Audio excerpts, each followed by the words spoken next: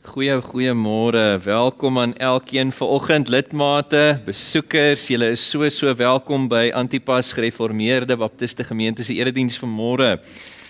Ek groet julle in die naam van Jesus Christus, ons verlosser, ons Here, dis ter wille van hom en sy eer wat ons saam is vanoggend weer eens. Ek het werklik uitgesien gemeente om saam met julle voor die Here te verskyn vandag en dit is my 'n groot voorreg om julle voor te gaan in die Here vanmôre. Ons is saam ter wille van hom, sy eer, nie ter wille van onsself nie, soos Psalm 115 vers 1 vir ons sê, nie aan ons nie, Here, nie aan ons nie, maar aan u naam kom die eer toe, oor u troue liefde, oor u bestendigheid. Mag die Here dan ons in staat stel deur sy Gees, om hom na waarde, na regte te aanbid vir sy troue liefde, sy bestendigheid. En gemeente, maak asseblief julle Bybels oop by Efesiërs, hoofstuk 1, vers 13 vanmôre.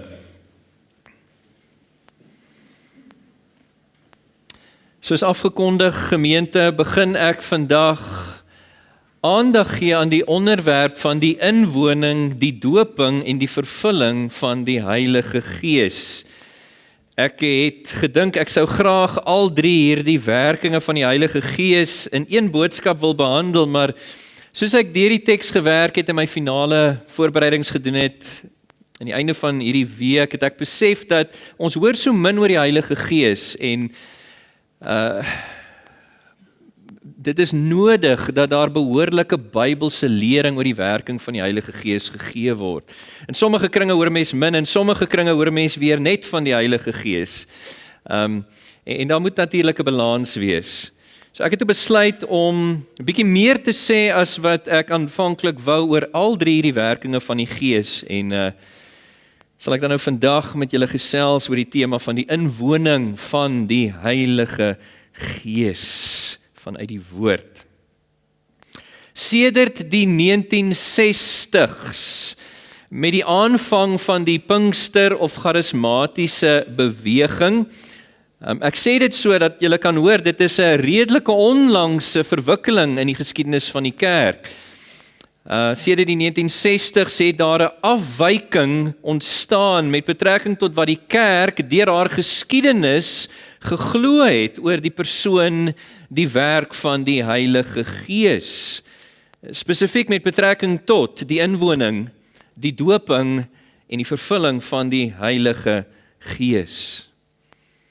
Volgens 'n artikel wat geskryf was deur William Menzies oor die ontstaan van die Pinkster charismatiese beweging, sê hy dat hierdie beweging het ontstaan rondom die 1960s toe persone sekere beweerde bonatuurlike of sensasionele ervarings gehad het in 'n gebied in Amerika en dit was baie spesifiek genesings wat hulle beleef het en spesifiek in tale wat mense begin praat het. En ons ontken nie dat die Heilige Gees op besonderse maniere kan werk nie, maar wat hulle toe gedoen het, daardie groep is, hulle het die Bybel gaan herinterpreteer in die lig van die ervarings wat hulle deur die Gees gehad het. Met ander woorde, hulle ervarings het vir hulle 'n hermeneutiek geword in die lig waarvan die Bybel interpreteer was. En ons kan nooit so met die woord van die Here omgaan nie. Ons glo, soos alle gereformeerders sedert die tyd van die reformatie, dat die norm vir skrifinterpretasie is dat ons die skrif interpreteer volgens die normale, historiese, grammatiese manier van interpretasie. Die skrif moet geïnterpreteer word vir wat hy self sê en die skrif moet interpreteer word in die lig van die hele Bybel. En dan moet ons ervarings en selfs geskiedenis interpreteer in die lig van dit wat God vir ons in sy woord geopenbaar het. Omdat daardie groep dit anders gedoen het en die wat na hulle gekom het dit anders aanhou doen het hierdie afwyking ontstaan rakende die inwoning, doping, vervulling met die Heilige Gees in Pinkster of charismatiese kringe. En vandag nog sien ons dit, proponente vanuit daardie kringe sal sê dat die inwoning, die doping en die vervulling van die Heilige Gees gebeur nie die oomblik van wedergeboorte, bekering en geloof nie. Ja, die Heilige Gees is betrokke by die gelowige se wedergeboorte, bekering, geloof, maar dat die invulling, die inwoning, die doping met die Heilige Gees, die vervulling met die Heilige Gees gebeur as 'n tweede genadewerk of 'n tweede krisis later in die gelowige se lewe en dat die Christen daarvoor moet soek, soos baie van ons geleer was, ek is doodseker, en dat daardie werking, daardie tweede krisis van die Heilige Gees gaan gepaard met die spreek in tale, as 'n bewys dat jy nou inwoon word, dat jy gedoop is en vervul is met die Heilige Gees, en dan word dit ook gesê dat die Gees jou eers dan bekragtig eintlik met bonatuurlike instaatstelling vir dienswerk in God se koninkryk. Vir die wat al in ons gemeente is vir 'n geruime tyd, wat die gereformeerde leer ken, wat my lering vanuit die woord ook ken, sal weet dit klink so 'n bietjie vreemd op die oor, né? Ek onthou jare gelede toe ek nog deel was van die uitvoerende komitee van die Afrikaanse Baptiste Kerke van Suid-Afrika, was daar met 1 jaar vergadering 'n leraar wat uit die geleerdere van die Pinkster charismatiese beweging kom, wat aansoek gedoen het om aanvaar te word in die Baptiste geleedere as 'n geakkrediteerde leraar. En hy het getuig daar hoe hy as 'n voorganger in die charismatiese kerk, as 'n predikant in hulle midde verlei was self oor die werking en die persoon van die Heilige Gees, hoe hy verward was vir jare en hoe hy moes begin voorgee het met betrekking tot hierdie dinge, die inwoning, die doping, die vervulling van die Heilige Gees, die spreek in tale as bewys van hierdie dinge, en hy het vir ons vertel hoe heel wat in sy gemeente en in daardie bewegings ook, soos hy verlei is, verward is, oor wat die Bybel sê, hoe die Heilige Gees werk, en hoe baie voorgee met betrekking tot hierdie dinge. Nou geliefdes, gegewe hierdie afwyking van hoe die kerk deur haar geskiedenis gedink het oor die persoon en spesifiek die werking van die Heilige Gees. Ek wil so ver gaan as om, sal ek dit waag om so ver te gaan om dit 'n dwaling te noem, want dit raak aan die fundamentele aspekte van ons geloof, die persoon van God die Heilige Gees en wat ons glo omtrent die verlossingsleer. Gegewe hierdie afwyking omtrent die inwoning, die doping, die vervulling met die Heilige Gees en die effek daarvan in die kerk, wat ons steeds rondom ons sien vandag. Julle weet waarvan ek praat, want hier sit sommige voor my, hier luister sommige na my, wat kom vanuit die Pinkster charismatiese geleedere. Daar is sommige van julle wat familie het en vriende het en kollegas het wat in daardie tipe gemeentes is. Daar is sommige van julle wat op die internet en deur sosiale media blootgestel word aan hierdie verskillende lerings omtrent die Heilige Gees. En vir hierdie rede, gemeente, soos ek nou gesê het, is behoorlike Bybelse lering oor die werking van die Heilige Gees, spesifiek oor sy inwoning, doping, vervulling so nodig.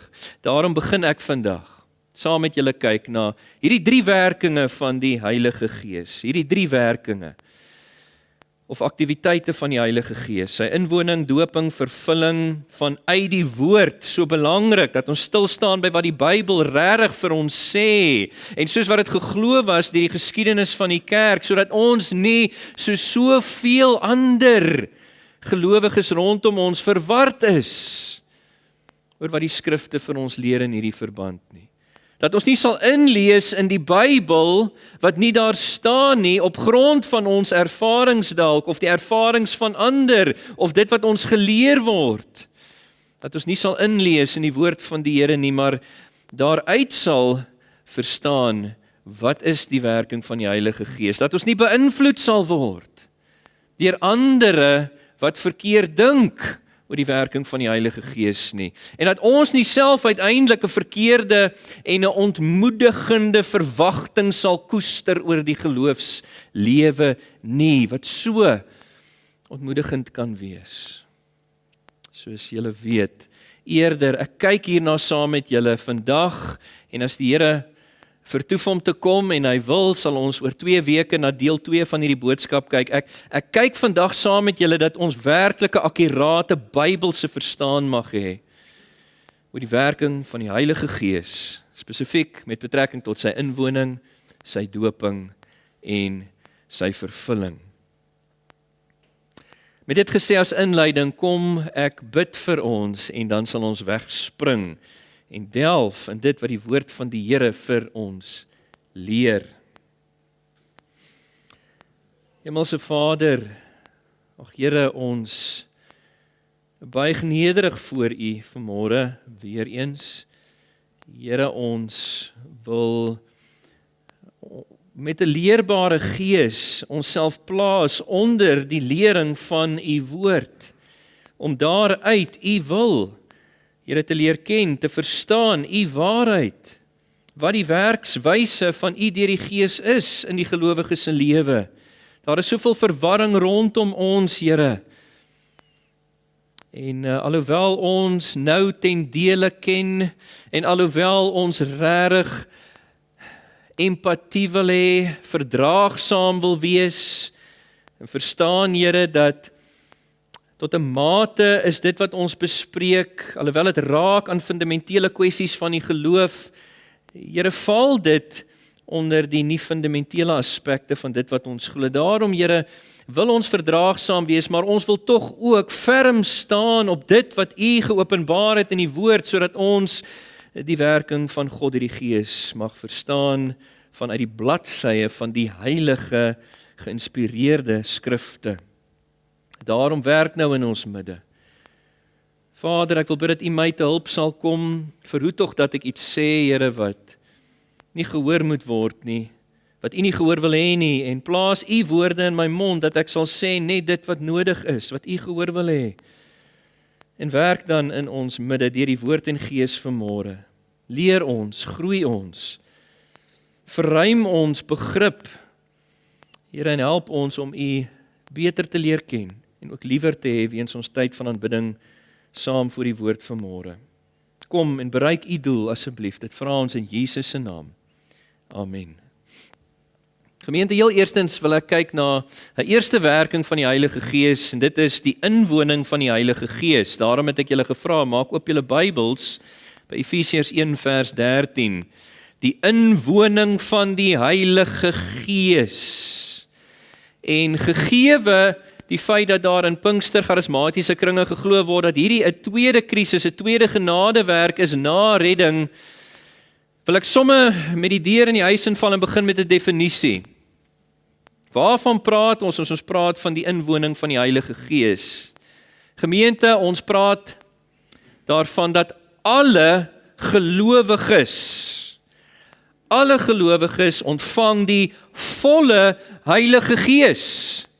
En onthou, ek sê dit so, want die Heilige Gees is 'n persoon. Hy is nie 'n krag of 'n invloed dat ons 'n bietjie van hom ontvang en later bietjie meer van hom ontvang nie. Dis nie soos jou voertuig dat jy met hom ry en dat die brandstoftank al hoe leer word en dan moet jy hom weer optop en so gaan dit aan die nee. Jy het of die volle persoon van die Heilige Gees of jy het hom nie. Alle gelowiges ontvang die volle Heilige Gees die oomblik van wedergeboorte, bekering en geloof. Dit kan nie anders nie, want dit is die Gees van God wat die wedergeboorte in ons veroorsaak, wat die vrugte van bekering en geloof in ons werk. Alle gelowiges ontvang die volle Heilige Gees die oomblik van wedergeboorte, bekering en geloof, om hulle dan individueel, maar spesifiek as deel van God se kerk liggaam te inwoon. Ek het iets besonders gelees hierdie week, 'n skrywer wat sê dat God het gekies om deur die Gees sy kerk, sy bruid te inwoon. En dis presies wat ons sien in Handelinge 2, toe die Heilige Gees uitgestort was. Wat was die heel eerste ding wat die Heilige Gees gedoen het? Die vorming van die geloofsgemeenskap onder die nuwe verbond, die Christelike kerk in Jerusalem. In Handelinge 2 vers 41, nadat die Gees uitgestort is, nadat Petrus die evangelie verkondig het, is die 3000 gedoop en toegevoeg tot die gemeente. En die Gees is dan werksaam in die gemeente. Alle gelowiges ontvang die volle Heilige Gees die oomblik van wedergeboorte, bekering en geloof, om hulle dan permanent te inwoon.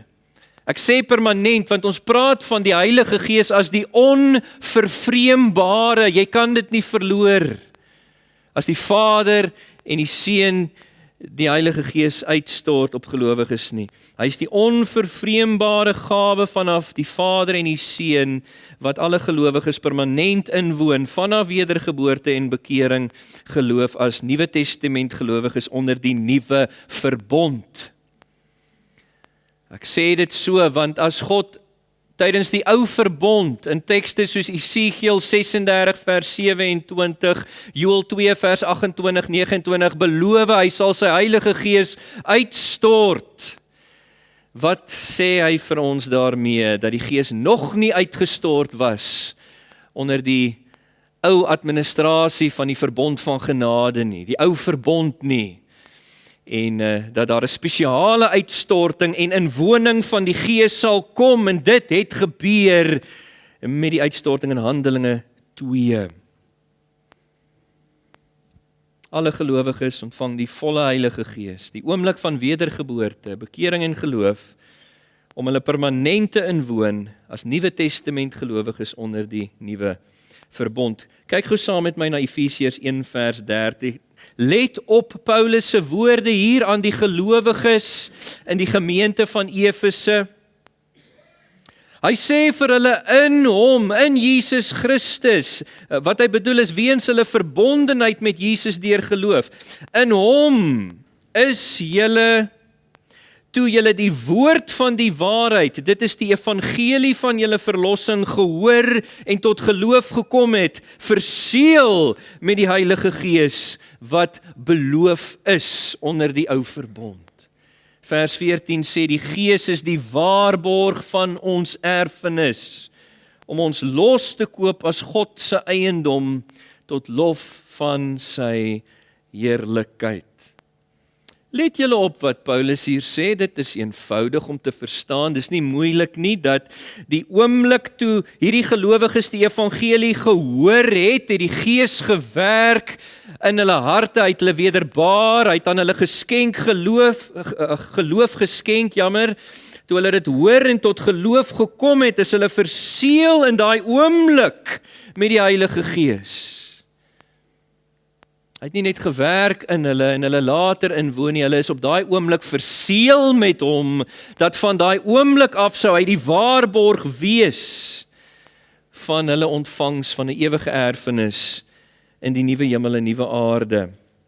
Tot wanneer sal hy hulle verseël? Kyk gou later in hierdie selfde brief, Efesiërs 4 vers 30. Waar Paulus vir die gelowiges ook sê, bedroef nie die Heilige Gees van God nie, deur wie julle met die oog op die dag van bevryding, dis die wederkoms van Jesus Christus, wanneer ons bevry word van die gevallenheid in hierdie wêreld en in ons menslikheid deur ons verheerliking, deur wie julle met die oog op die dag van bevryding die wederkoms verseël is. Verseël vanaf die oomblik van wedergeboorte, bekering en geloof, verseël tot by ons verheerliking. Niks kan meer duidelik wees nie. En weet julle, ons kan eintlik deur die hele Nuwe Testament gaan en hierdie selfde waarheid oor en oor so lees. Handelinge 2 vers 38. Toe daai 3000 Jode in die hart getref was na Petrus se verkondiging van die evangelie, vir die apostels gevra het, broeders, wat moet ons doen om gered te word? Wat was die antwoord? Kom tot bekering en laat julle gedoop word, natuurlik as 'n belydenis van julle geloof. kom tot bekering, laat julle gedoop word in die naam van die Here Jesus Christus tot vergewing van sondes en julle sal die Heilige Gees ontvang wat beloof is onder die ou verbond.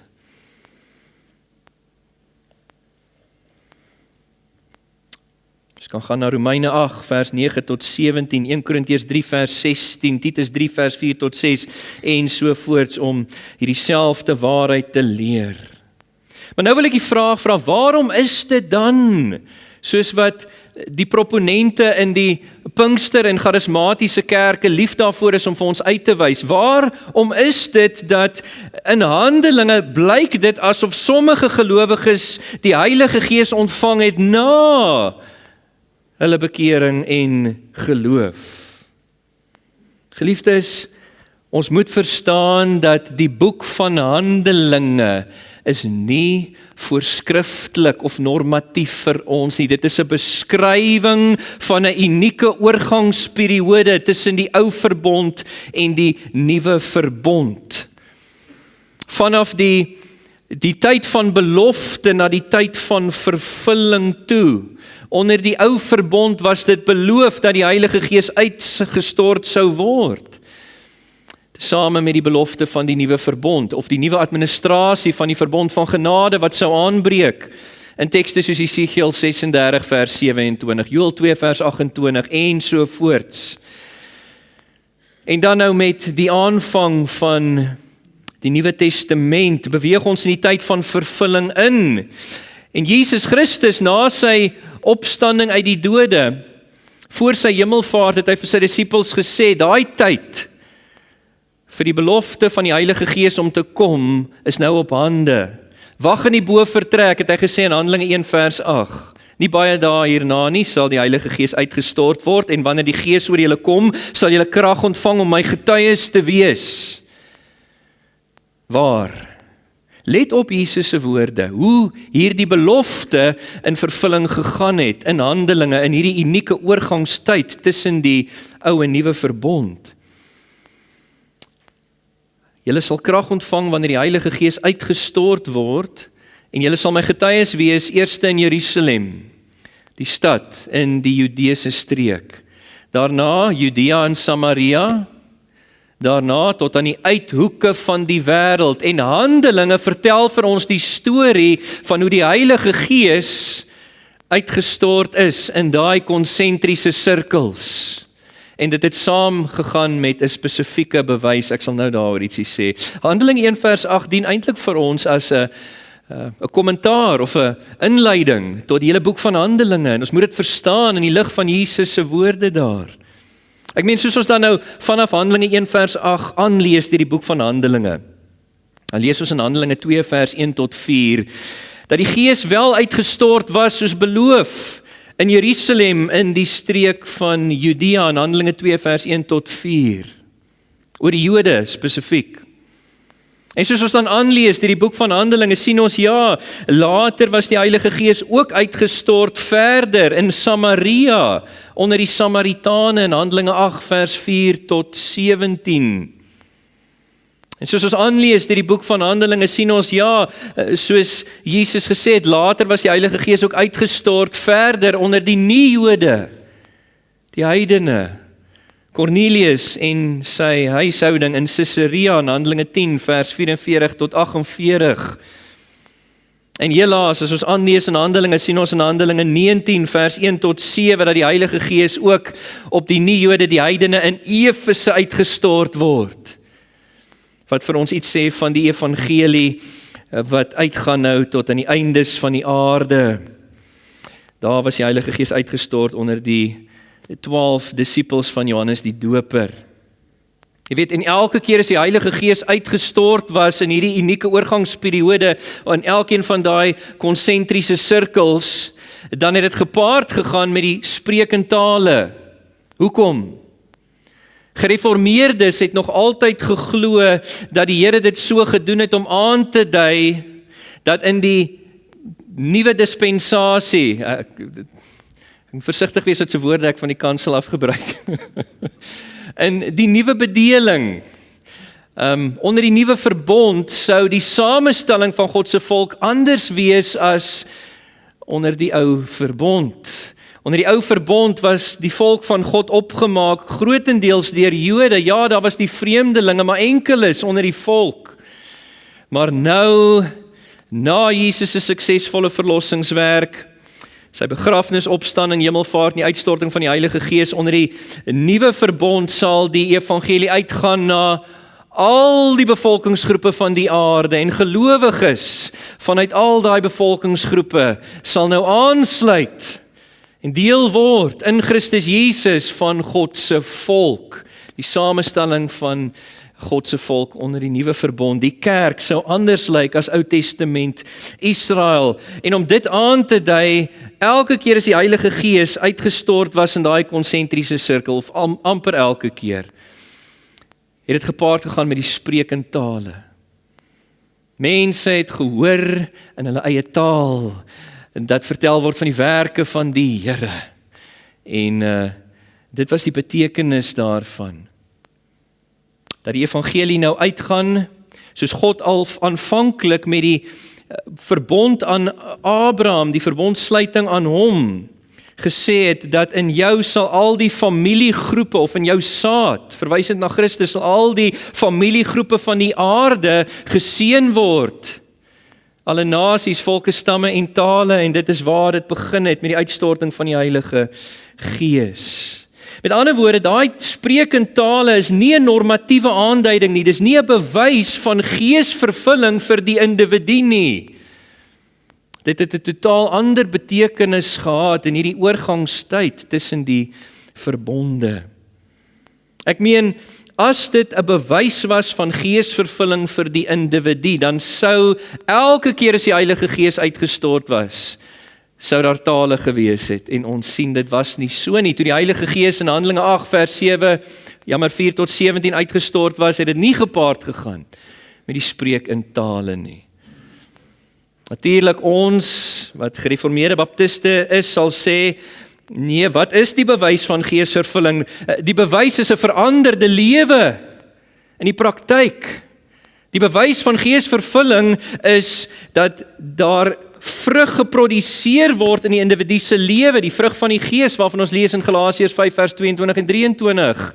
Liefde, blydskap, vrede, geduld, sagmoedigheid, vriendelikheid, nederigheid, selfbeheersing, daardie dinge is die bewys van geesvervulling.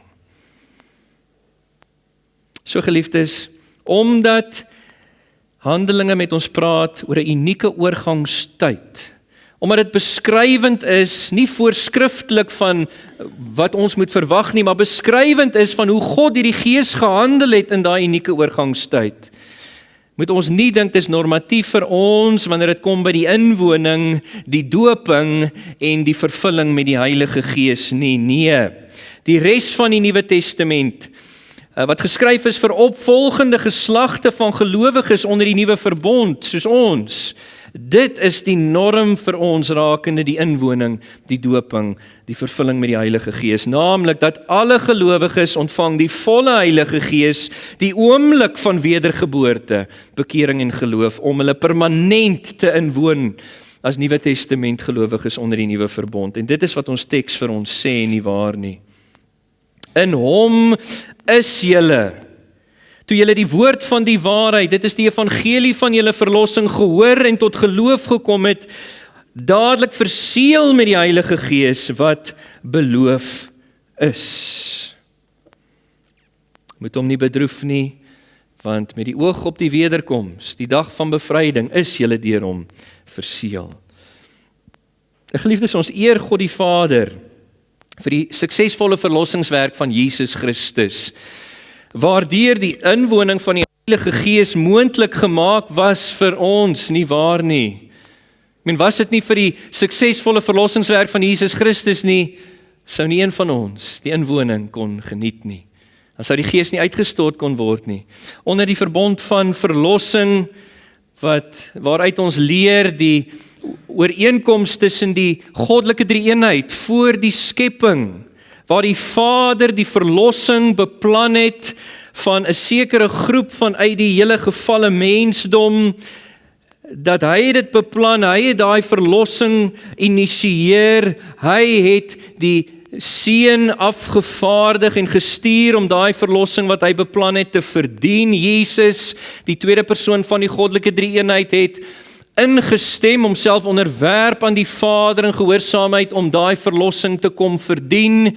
Die Heilige Gees was deur die Vader afgevaardig, die derde persoon van die goddelike drie-eenheid, om daai verlossing wat die Vader beplan het voor die skepping, wat die Seun kom verdien het in tyd en geskiedenis, om dit toe te pas in die lewe van elkeen wat sou glo.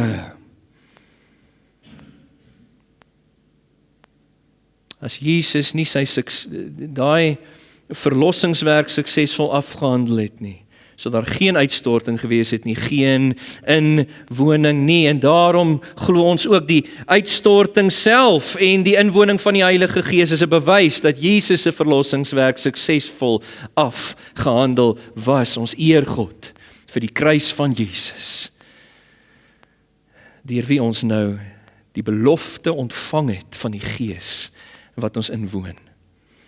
Ek wil oorgaan tot toepassing.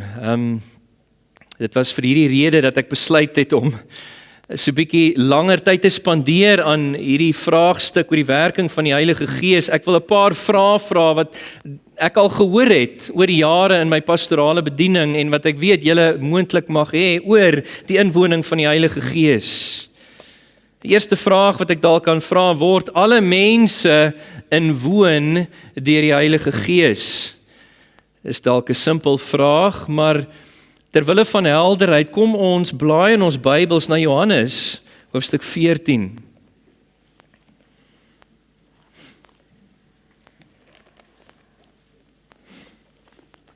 Die boek van Johannes, hoofstuk 14.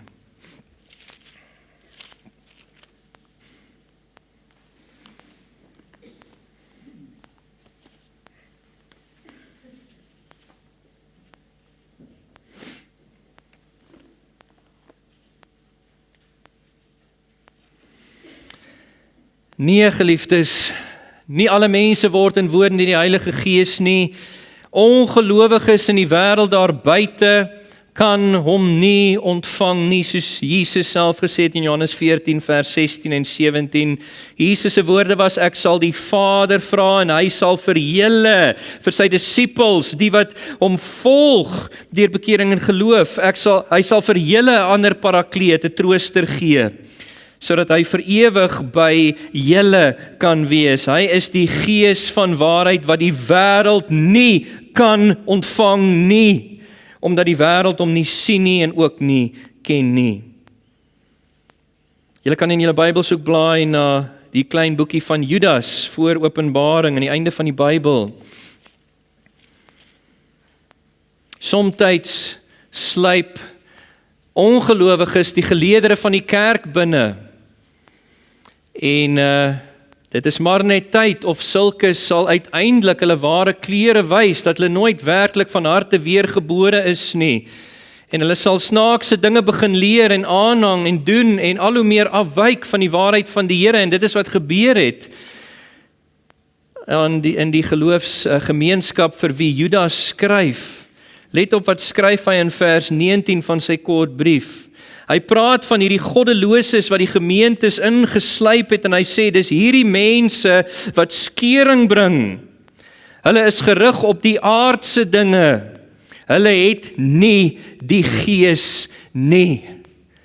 Met ander woorde, nie alle mense word inwoon deur die Heilige Gees nie, slegs die wat glo in ons Here Jesus Christus, wat hom volg as sy disippels in 'n lewe van bekering en geloof.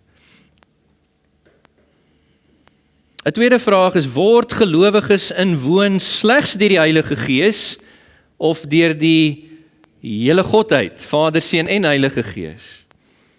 Ons blaai in ons Bybels na Romeine 8 vers 9.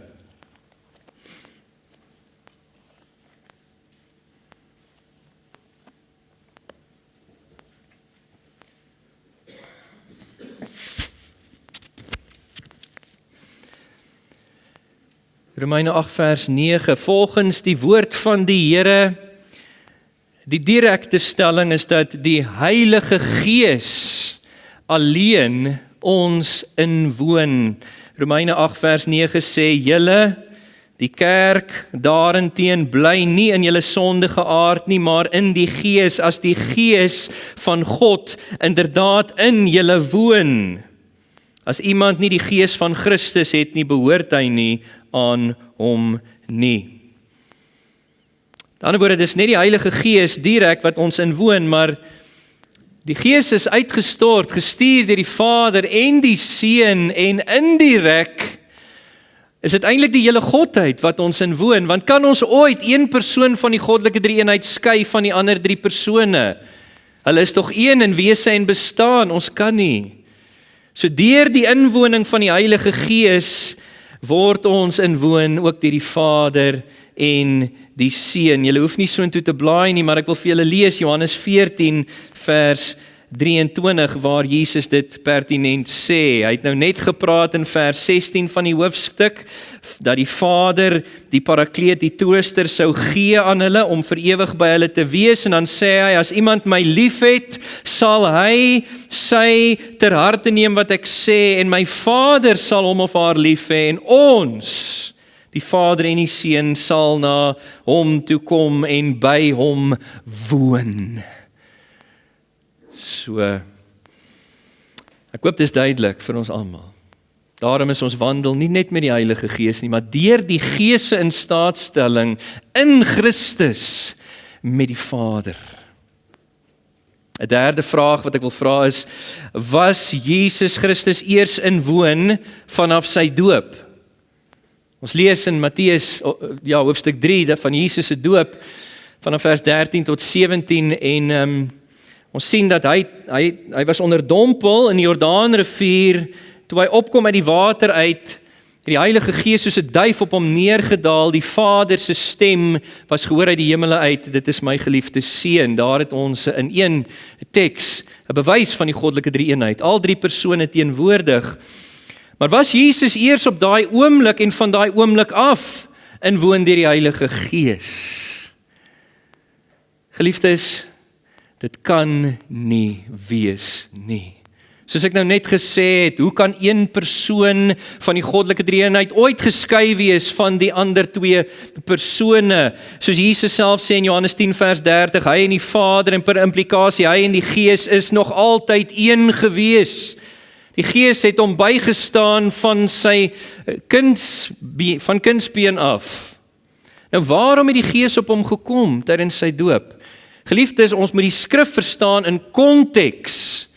Direk na Jesus se doping het sy publieke aardse bediening begin, deurdat die Gees hom gevat het in die woestyn om oorlog te maak teen die Satan. Hy het die Satan oorwin in die woestyn, en so was die Gees altyd by hom, om hom te bekragtig, te bemagtig vir die missie wat hy van die Vader ontvang het, om ons verlossing te kom bewerk op aarde, en natuurlik ook om die finale openbaring deur sy lering en lewe te bring vanaf die Vader.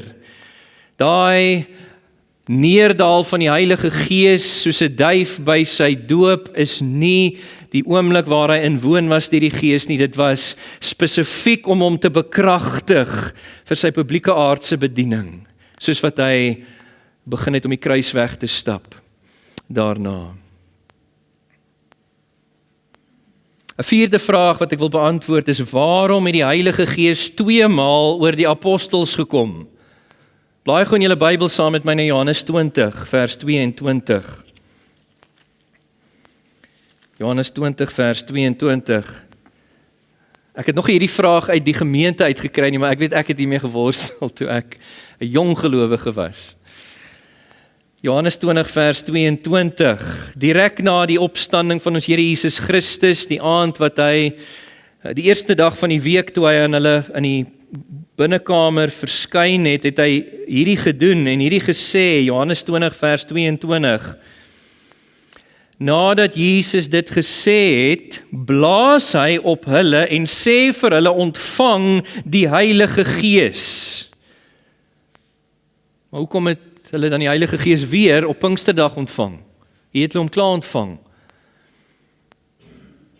Geliefdes, weer eens, onthou, ons lees die skrifte in konteks. Konteks is koning, daar's net een ding belangriker as konteks in die interpretasie van die Bybel, en dit is konteks.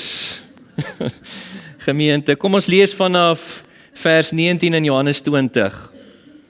Dit was al laat die aand op daardie eerste dag van die week. Die deure waar die disippels vergader het, was gesluit uit vrees vir die Jode. Jesus het toe gekom en tussen hulle gaan staan en vir hulle gesê, vrede vir julle. En nadat hy dit gesê het, wys hy hulle sy hande en sy sy. Die disippels was verheug toe hulle die Here sien. Let op nou, wat sê Jesus? Toe sê Jesus vir hulle, vrede vir julle, soos die Vader my gestuur het, stuur ek julle ook. En dan blaas hy op hulle en sê, ontvang die Gees.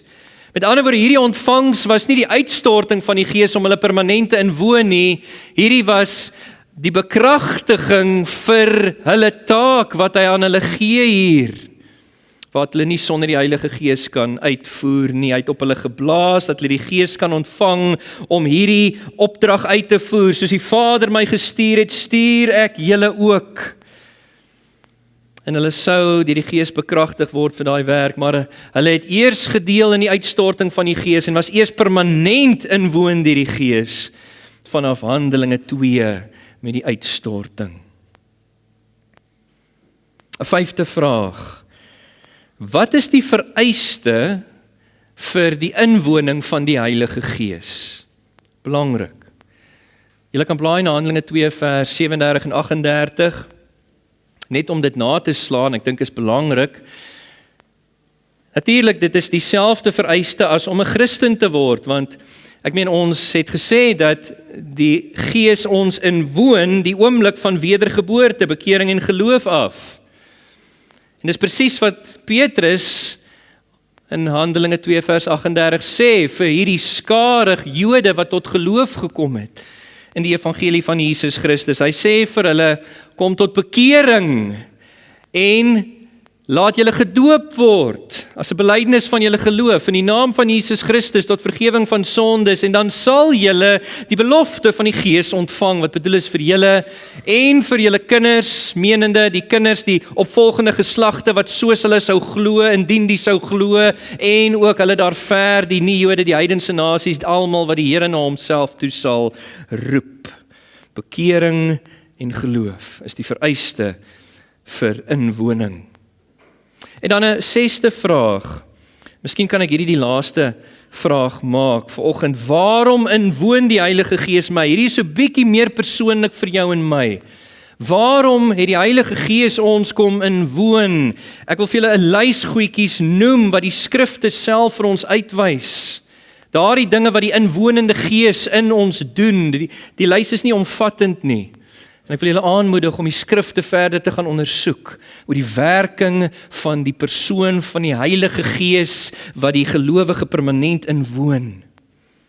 Nommer 1, wat doen die inwonende Heilige Gees in my? Hy pas die verlossing wat die Vader beplan het voor die skepping, wat die Seun kom verdien het, binne tyd en geskiedenis in die skepping pas hy toe, deur wedergeboorte in my lewe, hy wederbaar my, soos Titus 3 vers 5 sê. Het praat van die vernuwing en wedergeboorte van die Heilige Gees.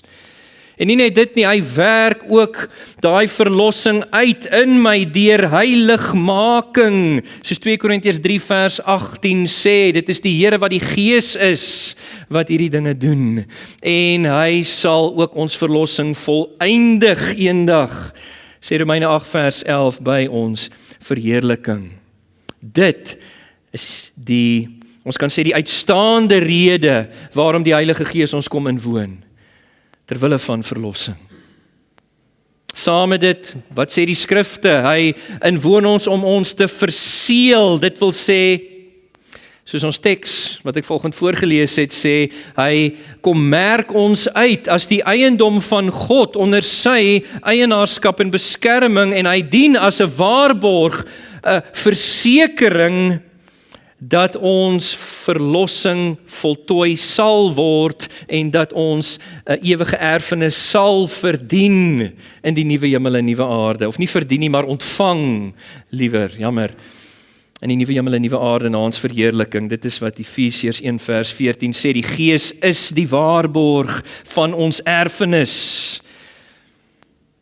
Om ons los te koop, verlossing as God se eiendom tot lof van sy heerlikheid. Nie net dit nie, die Heilige Gees heilig ons. Dit wil sê hy sonder ons af uit die wêreld om aan God te behoort, om God lief te hê en om hom te dien. Nie om sondeloos volmaak te wees nie, maar om hom te dien. Soos 1 Petrus 1 vers 2, 2 Tessalonisense 2 vers 13 sê, nie net dit nie, hy openbaar die Vader aan ons. 1 Korintiërs 2 vers 10 tot 14 sê, geen persoon weet wat in 'n ander mens is, ken 'n ander se gedagtes, behalwe die gees van daai mens nie. En dan sê hy, dis net so met God. Niemand ken die gedagtes van God nie, behalwe die gees wat in God is. En hy is uitgestort om ons te inwoon, sodat hy die Vader aan ons kan openbaar, dat ons God kan ken, dat ons God kan lief hê.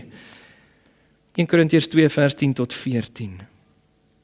Hy leer ons, geliefdes, hy is die Gees van waarheid, van wie Jesus praat in Johannes 14, van wie die apostel Johannes praat in 1 Johannes 2 vers 27. Hy is die een wat ons gewete inlig, soos wat ons die skrifte lees omtrent God se waarheid, dat ons sal weet wat is waar en wat is vals. Hy lei ons, dit wil sê hy stuur ons elke dag binne die wil van God se woord, Romeine 8 vers 12. Hy gee ook vir ons geestelike gawes, 1 Korintiërs 12 vers 7, vers 11, waardeur God dan ons gebruik om sy gemeente op te bou en te versterk. Hy gee gawes vir die algemene goed aan elkeen wie hom besit. Hy getuig in ons, hy roep in ons uit, Abba Vader, hy trek ons konstant Godwaarts en hy getuig saam met ons gees in ons, dat ons die kinders van God is. Romeine 8 vers 15 en 16. Ook tree hy in vir ons, hy help ons in ons gebedslewe, Romeine 8 vers 26 en 27. Ons weet nie altyd hoe om reg te bid nie, maar die Gees tree vir ons in by die Vader met onuitspreeklike sigtinge. Diep roep tot diep. Dis deel van sy werk as die inwonende Gees. Hy produseer die vrug van die Gees in ons lewe. Met ander woorde, hy werk die gesindheid van Jesus Christus in ons konstant. Volgens Galasiërs 5 vers 22 en 23. Liefde, blydskap, vrede, geduld, sagmoedigheid, vriendelikheid, getrouheid, nederigheid, selfbeheersing, al daardie dinge. En soos wat ons volgende keer in deel 2 van hierdie boodskap sal sien, hy plaas ons in die universele kerk van God, om deel te wees van die liggaam van Jesus, verenig met hom en met ander, en ook vervul hy ons, om ons sodoende in staat te stel om God se wil te kan uitvoer. Hierdie lys is nie omvattend nie, maar hierdie is wat die skrifte vir ons leer, omtrent die werking van die inwonende Heilige Gees in ons. Is dit nie daarom hartseer, dat as 'n mens te doen kry met individue uit die Pinkster of charismatiese kerke, fokus hulle net op sekere enkele sensasionele dinge, en hulle mis die diepte van die ware werking van die Gees, soos die skrifte dit aan ons voorhou. Ag geliefdes, my aanmoediging aan julle, my toepassing is, moenie net fokus op enkele sensasionele dinge wat toegeskryf word aan die Heilige Gees nie. Fokus op hierdie dinge, die ware werking van die Gees in julle harte, in julle lewe. Ek wil bysê hierso, ek het die Here gevra, ek wil nie neerhalend voorkom nie, hoegenaamd nie. Ek het vriende, ons het lieflike boeties en sissies in daardie kringe, geliefdes, en hulle is waarlik gered, hulle is boeties en sissies, familie van ons. Ons gaan saam met hulle in die hemel eendag wees. Maar ons verskil wel van hulle. En daarmee bedoel ek nie dat hierdie verskille moet 'n wig indryf tussen ons en hulle nie.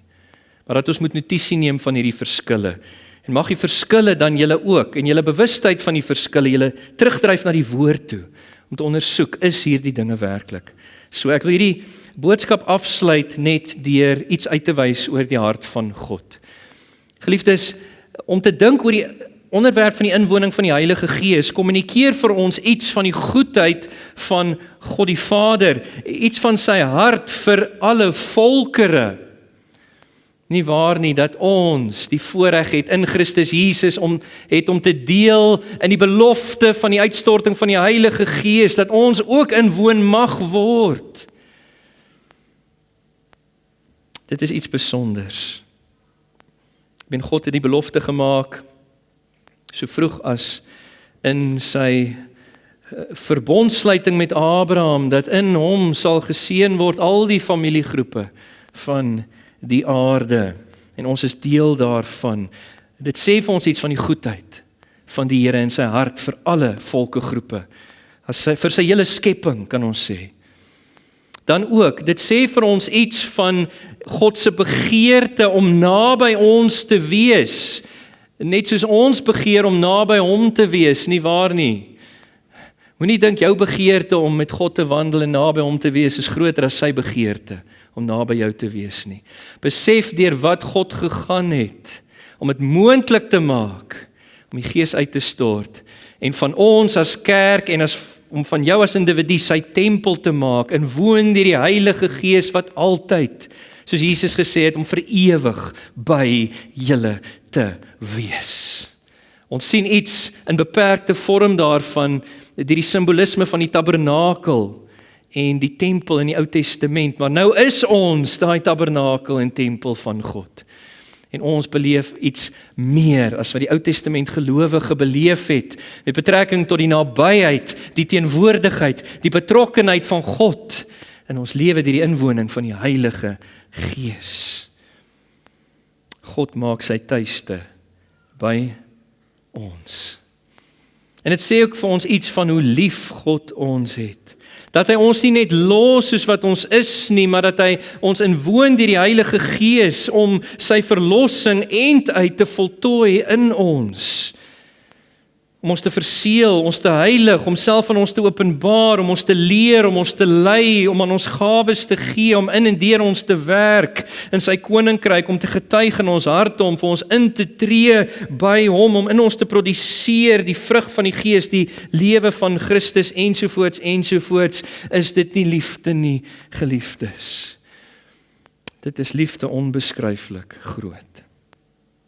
Dit vul ons met dankbaarheid, dat ons kan deel in die vervulling van die belofte, van die uitstorting en die inwoning van die Heilige Gees. Dit bied vertroosting aan ons, dat God deur die Gees sy woning in ons maak.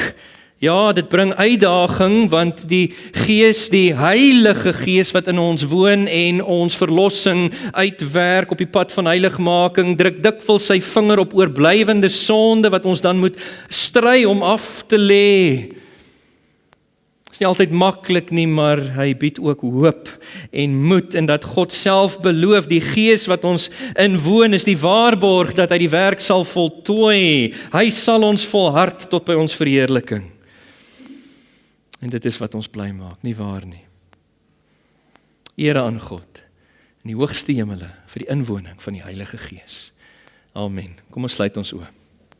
Vader, ons eer U, Here, vir U werking in Christus deur die Heilige Gees, dat ons mag deel in die belofte van die uitstorting van die Gees in Christus Jesus, binne en as deel van U Nuwe Testament kerk, U volk onder die nuwe verbond.